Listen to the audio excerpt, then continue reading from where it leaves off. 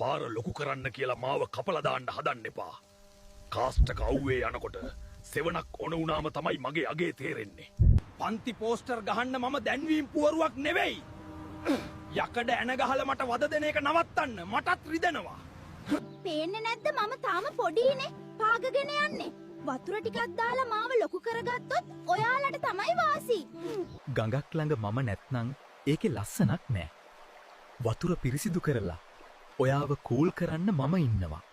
කලබල වෙන්න එපා. හිත සංසුන් කරගන්න. මගේ කොළ හෙලවෙන සද්දය අහලා පොඩ්ඩක් මෙඩිටේට් කරන්න. ළඟට එන්න එපා. මගේ කටු ඇනෙයි. හැබැයි බය වෙන්න එපා. මගේ හිත ඇතුලේ වතුර පිරීලා.